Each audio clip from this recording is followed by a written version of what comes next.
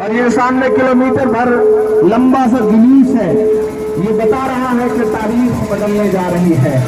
मैं आप सबसे एक बार फिर से गुजारिश कर रहा हूं साहब, ये जो दिल्ली में बैठे हुए लोग हैं जिन्होंने सोच रखा है कि वो जो चाहेंगे रात के 8 बजे टीवी स्क्रीन काली होगी और एक चेहरा नमूदार होकर के कहेगा कि भाइयों बहनों आज से 500 और 1000 की नोट रखती है, कागज का टुकड़ा है, उनको भी जवाब देना है।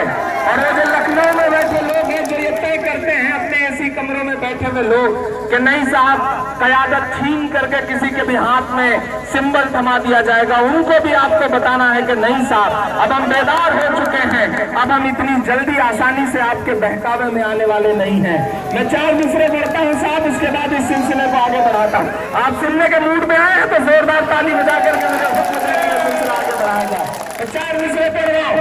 हम मजीद का मातम करते रहे, हमें तोहफे में मिन्हास दिया गया, हम मिन्हास का रोना रोते रहे, हमें तोहफे में भोपाल के बच्चे दिए गए, हम उसका भी रोना रोते रहे कि हमें तोहफे में लाइनों में लगा करके 125 से ज्यादा मौतों का तोहफा दिया गया। कतार इतनी लंबी थी लाइनों में, बैंक की लाइनों में कतार इतनी लंबी थी कि खत्म होने का नाम ही नहीं ले रही थी। रात के 8 बजे एक आदमी ने अपने घर का दरवाजा खटखटाया। जब दरवाजा खटखटाया तो अंदर से एक औरत ने झांक के कहा कि कौन है। बच्चा पास में खड़ा था तो बच्चे ने कहा कि मम्मी मम्मी कोई दाढ़ी वाले बाबा आए हैं। तो माँ ने कहा कि बेटा गौर से देखो तुम्हारे पिताजी होंगे, नोट बदलवाने गए थे, 6 दिन बाद लौट के आए हैं। ये हालत करके रखी है साहब। लाइन है कि खत्म होने का नाम नहीं ले रही। लाइन लगी थी, एक आदमी गांव में लाइन लगा था, पड़ोस से गुजर रहे एक आदमी ने उससे कहा बैंक तो शहर में है, तुम गांव में लाइन में क्या कर रहे हो। तो उस आदमी ने कहा कि मैं बैंक शहर में ही है, मैं भी लाइन में ही हूँ, लाइन इतनी लंबी हो गई है कि शहर से गांव तक आ गई है, मैं गांव में पहुंच करके लाइन में लगा हूँ साहब। ऐसे लोगों को भी जवाब देना है। मैं 4 दूसरे पढ़ता हूँ, आप दिल्ली तक पहुंचिएगा। और कितना हमें बर्बाद करोगे साहिब, और कितना हमें बर्बाद करोगे साहिब, क्या सितम और नया ईजाद करोगे साहिब, खुद के औलाद नहीं है तो बताओ इतना, कितनी माँ को बे औलाद करोगे साहिब, करोगे साहिब।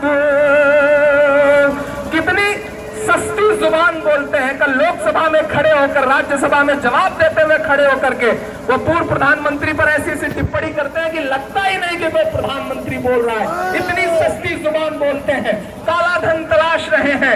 लखनऊ में बैठे वाले लोग भी जो विकास का, डेवलपमेंट का नारा दे रहे हैं साहब, उस नारे में शायद हमारी क़यादत कहीं नजर नहीं आती उन्हें। मैं 4 मिसरे और पढ़ता हूँ कि कौन कहता है कि दिल में वतन नहीं रखते, तुम्हारी तरह से नफरत का मन नहीं रखते, तुम्हारी तरह से नफरत का मन नहीं रखते, नोटबंदी से डरो ना हमें, हम वो हैं, ज़कात देते हैं हम, काला धन नहीं नहीं रखते। दोस्तों मैं आपसे एक बात, मेरी आंखों के सामने हजारों की तादाद में लोग खड़े हैं, मैं आपसे एक ये बात कहना चाह रहा हूँ। ये जो गंज गुरुद्वारा के आसपास ये जो मीनारें झांक रही हैं, मैं इनसे भी गुफ्तगू कर रहा हूँ। मैं आपसे बस इतना कहना चाहता हूँ, ये शायद आपका कोई कसूर नहीं था, आपके पास एक अपना विधायक था जो आपकी बात सुनता था, आपके सुख दुख में शामिल होता था, बुजुर्ग होने के बावजूद आपकी मैयत से लेकर के कब्रिस्तान से लेकर के आपके घर की खुशियों तक में शामिल होता था। लेकिन साजिशें करके लखनऊ वालों को यह बता दिया गया कि नहीं साहब नहीं, बदल देना चाहिए। और लखनऊ में बैठे हुए लोगों ने बिना किसी खता के आपको सजाएं दी हैं, आपकी क़यादत आपसे छीनने का काम किया है। मैं किसी दल की वजह से यहाँ पे नहीं खड़ा हुआ हूँ, मेरा दल से कोई रिश्ता नहीं है। कुछ रिश्ते बड़े जज्बाती होते हैं। मैं आपसे गुजारिश कर रहा हूँ कि जिस दिन टिकट कटा था उस दिन जो आपका गुस्सा था, जो आपकी आंखों में आंसू था, आप ज़ारों कतार रोए थे, ये बात मुझे पता चली थी। मैं चाहता हूँ कि उस गुस्से को मरने मत दीजिएगा।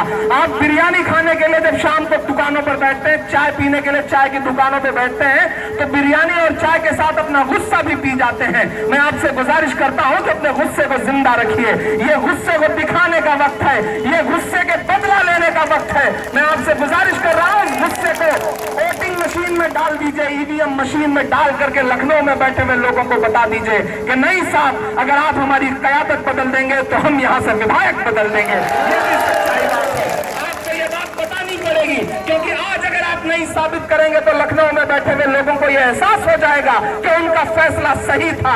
अगर आपने ये साबित कर दिया कि नहीं साहब आपका फैसला गलत था, तो आने वाला दिन आपका होगा, आपके एहतराम का दिन होगा। अगर अपने एहसास को बचा के रखना चाहते हो, अपने वजूद को बचा के रखना चाहते हो, तो गंजुंडवारा वालों, पटियाली वालों, भूल मत करना। मैं आपसे गुजारिश कर रहा हूं, मैंने कहा ना मैं किसी दल के लिए यहां पर नहीं आया हूं, लेकिन मैंने एक मां के रोते हुए आंसुओं को देखा है। मैं उस आंसुओं की कीमत समझता हूं। वो बिल्कुल मुझे बेटे की तरह समझती थी, और उनके आंसू जब उन्होंने मुझसे कहा कि इमरान धोखा हुआ है, मैं उस धोखे से आपको आगाह करने आया हूं कि हो सकता है उनके बाकी फैसले सही हो।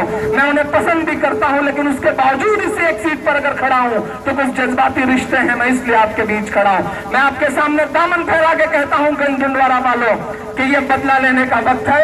अपने आंसुओं का बदला लीजिए, अपने गुस्से का बदला लीजिए। आप जिस चीज के लिए ज़ारों कतार रोए हैं उसके लिए बदला लीजिए।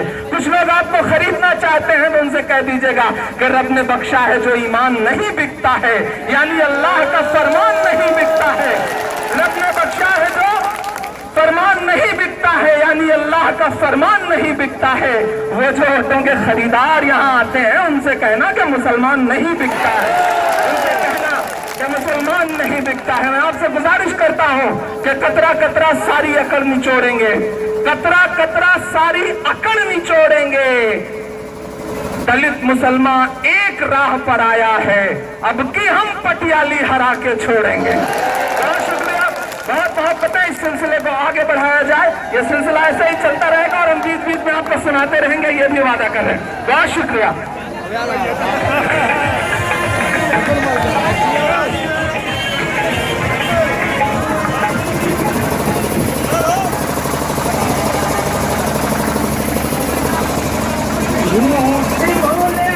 भाजपा वाले इनसे बच के तुम रहियो।